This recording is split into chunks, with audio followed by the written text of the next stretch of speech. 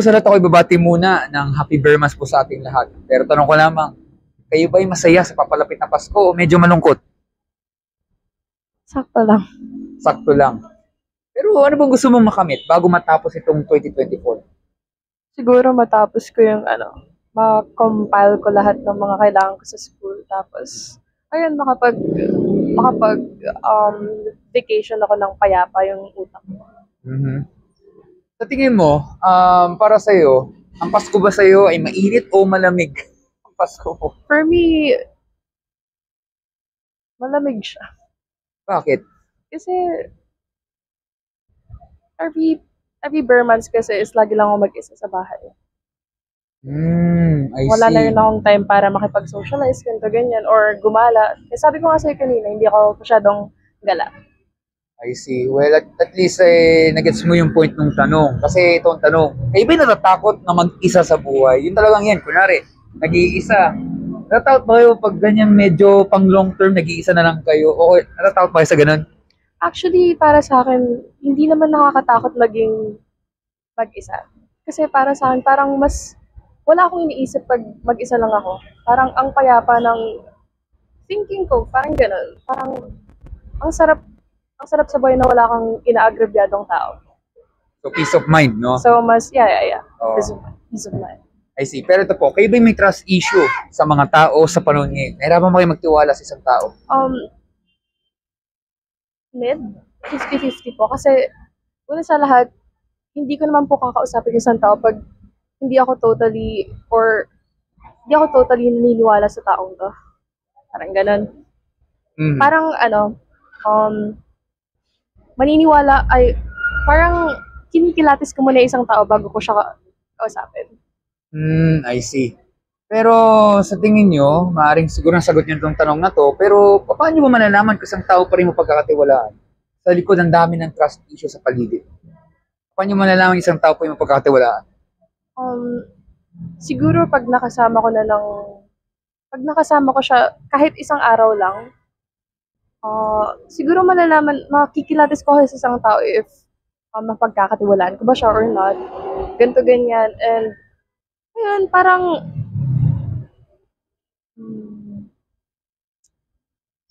basta nakikilatis ko sa isang tao na kung mapagkakatiwalaan. Yun lang naman po. Pero ito po, huwag yung sanang masamain yung tanong, pero gusto ko na siya itanong. Ano bang gusto mo ba sa isang tao? Nasa sa'yo na yan. Ang gusto ko lang sa isang tao is yung open, yung walang tinatago sa akin. Gusto ko maging open siya sa lahat kasi ako open din ako sa lahat. Yun lang naman. I see. Sige, ito, may mga kanito na tanong, mas madali po ito, pero saan po ito, no? Tanong ko naman, kayo ba familiar sa mga vlogger, content creator, and influencer? Yes. Kayo active sa mga social media? Yes. Tanong ko naman, meron kasi napanood nung nakaraang several months ago na sabi, palaos na daw ang mga vloggers, content creators, at influencers next year at sa mga susunod na taon. Git daw ng lalaki, kasawa na daw yung mga content, paulit-ulit na, yung iba piniperahan naman, or meron tayo tinatawag na clickbaiting. Parang nga naman pang-exaggerate, pero yun pala, wala naman yung content. Sa inyo kayang opinion, palaos na ba talaga ang mga vloggers and content creators sa panahon ngayon?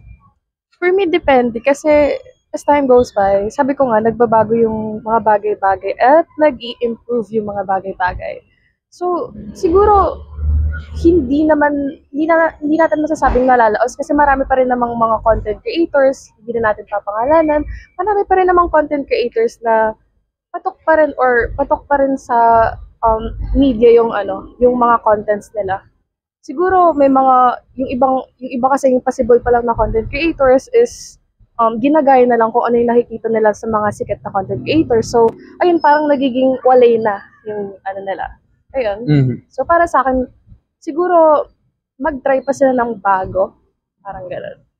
Pero sa inyong opinion, ano bang gusto mong video content na napapanood mo sa online? Siguro sa akin is yung ano ba? Yung parang kila Vice ganda yung puro katuwaan lang, ganun. So more humor talaga? Yes. I see. Well, ito, may bumamaki doon tanong, mas madali po ito, pero saan po ito, no? Tanong ko naman ng konti. Kayo ba isang mabuting tao po? Hindi ko masasabing mabuting tao ako, para sa ginagawa ko to, feeling ko mabuting tao na ako. Mhm. Kung ilalagay niyo po sarili niyo from 1 to 10 sa pagiging mabuting tao, 1, sobrang yung masama, or 10, sobrang yung mabuti. From 1 to 10, saan niyo po ilalagay sarili niyo? Siguro sa 7 po. Kasi nakikita ko naman yung sarili ko as a kind person sa lahat. Pero hindi mostly sa lahat. Kasi yun nga, sinasabi ko nga sa iyo, na mapili ako sa taong pagkakatiwalaan ko. So, ayun, mid lang siya. 7 lang. Okay. Para sa'yo, what is good para sa'yo? Paano ba ang mabuti para sa'yo? Ang mabuti para sa akin is, hindi mo naman nakikita sa isang tao yung kabutihan, makikita mo yung kabutihan ng isang tao. Hindi sa, hindi sa physical nilang ginagawa. Like, pagtulong sa kapwa nila, makikita mo yung kabutihan ng isang tao sa puso talaga. Kasi, ang kabutihan kasi is nasa sayo na yun eh. Kusa na lang lalabas sa'yo yun. Kusa na lang lalabas sa'yo yung kabutihan na yun. Kahit na hindi mo naman gusto, pero nagagawa mo siya. Parang kusa talaga siyang lumalabas sa'yo. Yun yung kabutihan. I see. Pero ito po, kayo ba'y mahilig magbasa ng dictionary? Sakto lang.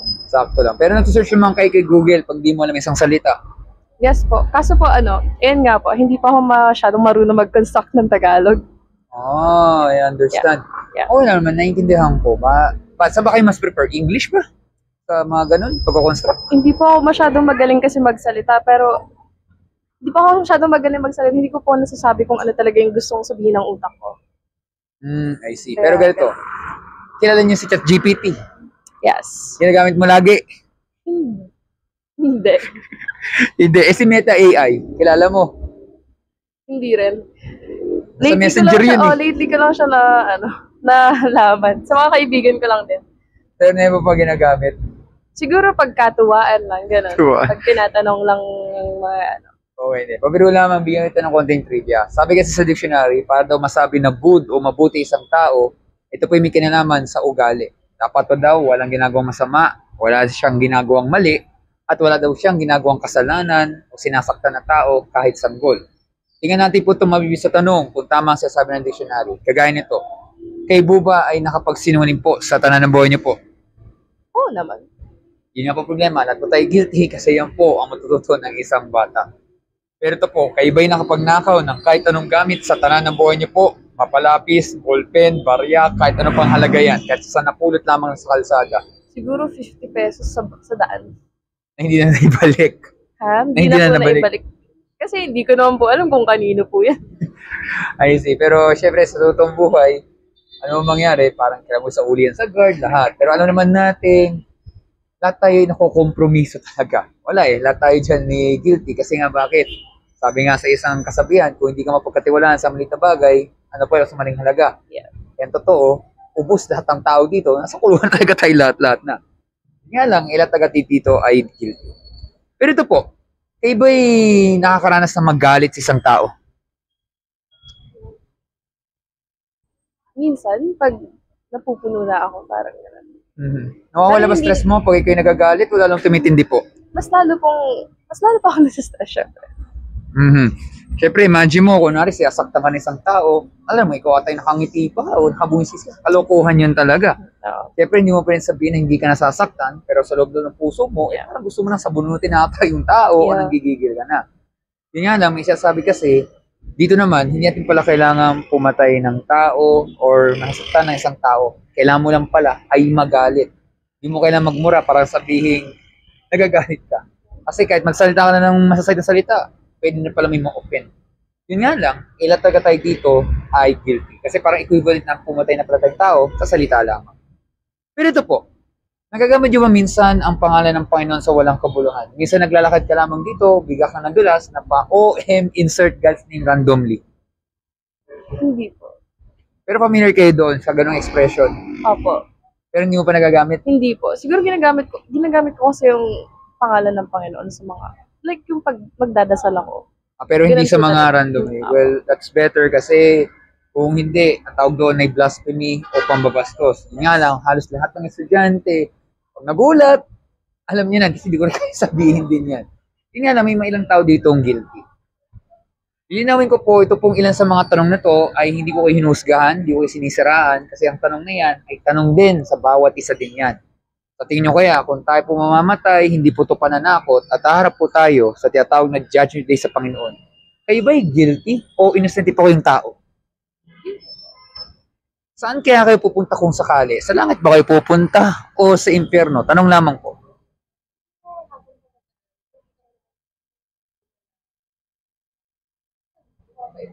So, feeling ko, wala pa rin, hindi ko naman kasi umusgan sa sarili ko. Mhm. Siya lang kaya mo. Okay, kunwari gamitin natin yung sinasabi mo, kunwari sa isang korte. Kunwari hindi kayong kriminal ha. Kunwari may nagnakaw siya ng pera sa bangko. Nahuli siya ng pulis. At ito po ang sasabihin niya sa judge. Judge, guilty po ako sa nagawang kasalanan. Pero hindi ko po sure na kaya kong husga ng sarili ko. Pero magugutan yung judge, kalokohan yan. Guilty ka nga, inamin mo lang ang guilty. May ebidensya, kailangan niyang pagbayaran, kailangan pa rin siyang itapon sa kulungan. Kahit sabihin niyang hindi niya kayang i-judge sa sarili niya, kasi ang punto, sa kulungan talaga ang bagsak niya. Tama po ba? Ngayon, ito po ang problema. Yung sinabi ko po ay parang kalintulad lamang po sa sinasabi ng Biblia. Sabi kasi sa Biblia, ang mga tao nagsinungaling, nagnakaw, nagtanim ng galit, o ang iba pang mga nagawang kasalanan, magaan o mabigat, ay walang makarating sa langit. Hindi makikita ang karin ng Diyos kung hindi itatapon po sa nagabagang apoy o impyerno. Tanong ko lamang, kayo ba'y nag-aalala na maaaring kayo po ay sa impyerno pupunta, pero hindi lang po kayo nag-iisa, lahat ng tao po ay sa hell mapupunta kasi may nagawa talagang kasalanan kahit isa sa harap ng Panginoon. Kayo ba'y nag-aalala po dito? Ano po yun? Ayun yun, nag-aalala kayo. Sige, tuloy mo ulit. Um, Kayo ba'y nag-aalala na maaaring lahat tayo ay sa impyerno mapupunta, sabi sa Bible? Kayo ba'y nag-aalala dito? Actually, yun nga po yung lagi kong pag ini-imagine ko yun, parang napapaiyak na lang ako kasi dun, dun pumapasok yung realization ko na kailangan kong, ngayon pa lang, kailangan kong gumawa ng tama. Kasi natatakot akong mapunta sa impyerno. Ano man po mangyari, dat po tayo mag-alala. Kasi po, buhay naman talaga ang pinag-uusapan natin. Maaaring ikaw ay nag-charge ka lamang dito sa charging station na to at bigla na ng interview, pero hindi ibig sabihin po ay wala namang masama kung magbigay po ng mabuting intensyon. Kasi sa panahon ngayon, hindi naman lahat pag hindi mo kilalang tao, ay hindi, masama na yung kagad. Eh paano kung magbabanggit ng maayos na babala? Para kunwari, bawal ka tumawid, nakamamatay. Ano namang i-stab mo yan? Eh pag ngayon nangyari, di ba? Ang hirap po doon, kunwari, may tiyatag tayong deja vu, yung bigla na lang, ayaw mangyari, eh bigla na mangyari, di ba? Kasi nasa reality po talaga tayo. Eh dito po nga lamang, eh syempre, buhay talaga pinag-usapan natin, at dapat talaga tayo mag-alala. Kayo ba'y natatakot sa kamatayan? Opo. Kung kayo ba'y mabibigyan ng pagkakataong mabuhay ng mahaba, kunwari lang naman, ilan pa kayang taon gusto mong magtagal? Siguro, mga 100,000 taon pa. Ganon. Wala namang masama. Pero tanong ko lamang, alam niyo po hanggang kailan kayo magtatagal dito? Syempre hindi po. Yun nga ang problema. Hindi ko kayo tinatakot, yun nga lang, wag naman sana, biglang pag-uwi nyo, biglang kayo ma-aksidente. O wag naman sana, bigyan na lang kayong ma-heat stroke kasi ang init ng panahon din yun. Hindi natin talaga alam.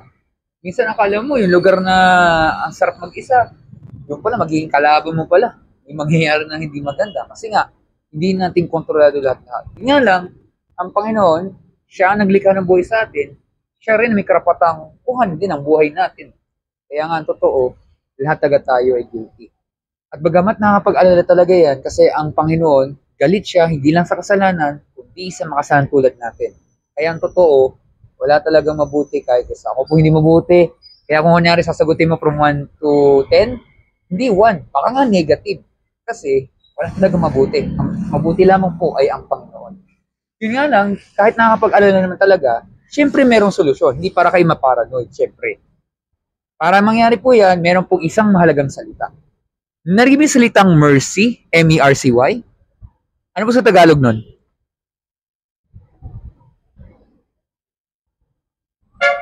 Nagsisimula sa letter A. Eh? Oh, A. O sirit na. Sirit na. Sige, pag sabi po natin mercy, yan po ay awa. Nagiging awa. So, yun ibig sabihin nun. Kayo ba'y nahingi ng awa sa araw-araw? Parang napapaisip ka. Actually, ganito lang yan. Hindi man kailangan pag may mercy, lagi mayroon kang problema. Actually, kanina sabi mo, natatakot ka sa kamatayan. Pwede ka na agad humingi ng mercy doon. Kasi sabi mong okay ka pa sa panahon ngayon at biglang naisip mo yan, hindi yan aksidente. Kasi sabihin, gusto ng Panginoon na mamulat tayo sa katotohanan. Hindi naman talaga ganun kadali ang buhay naman talaga. Talaga mayroong takot, mayroong talagang anxiety, pero kailangan natin ay ang awa ng Panginoon. Kasi pag tayo humingi ng awa, alam ng Diyos kailangan natin yun. Dahil ika nga, hindi natin kailangan maging hard o yung parang ipupush mo sarili mo lahat-lahat.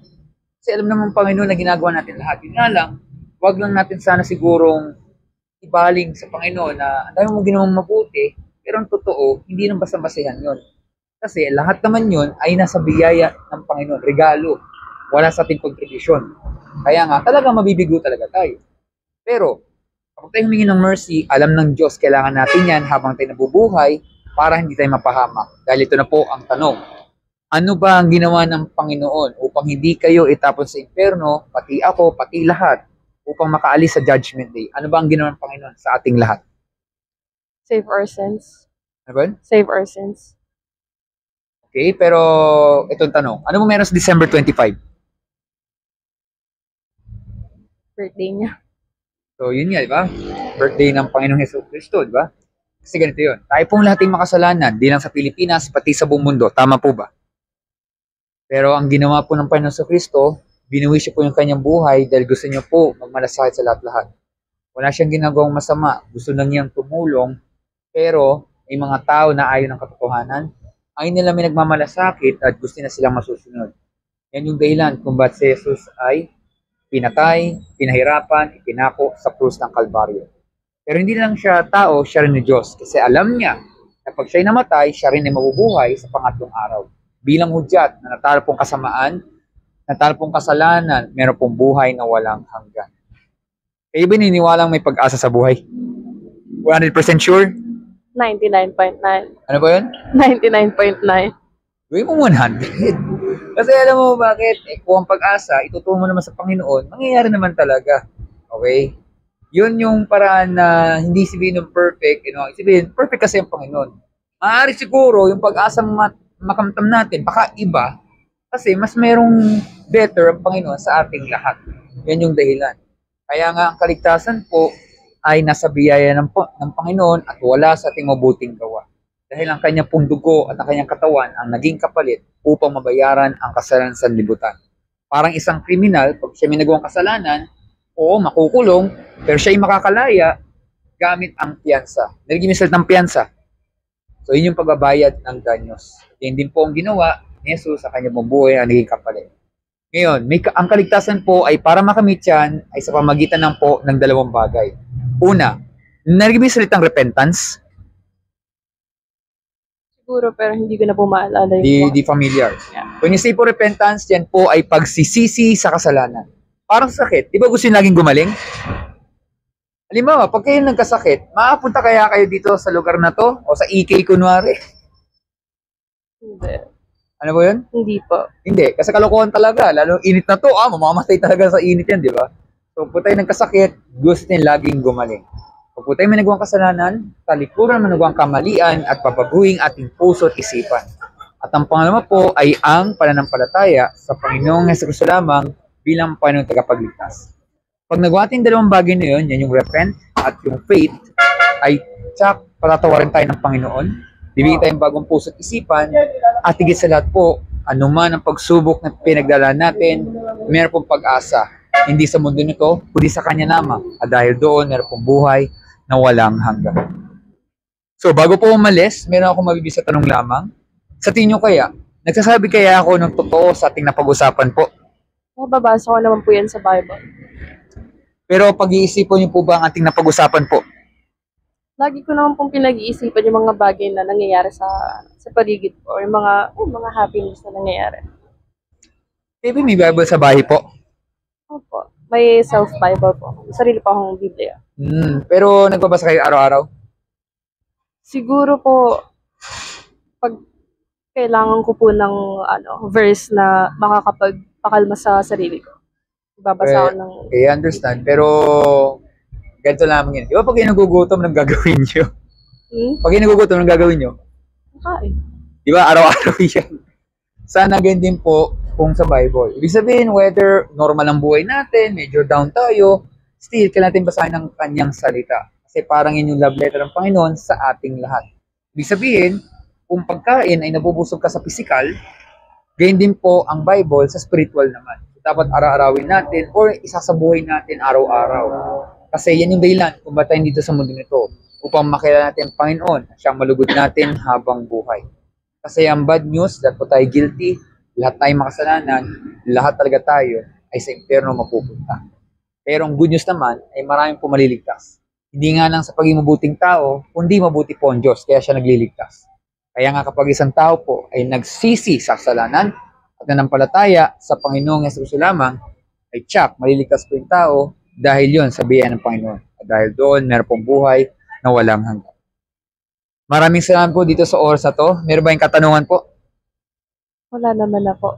Wala na. So wala nang katanungan. Ako po'y babati po ng advance Merry Christmas and advance Happy New Year. God bless po sa inyo at kayo po'y mag-ingat po. Thank you po. Happy New Year po.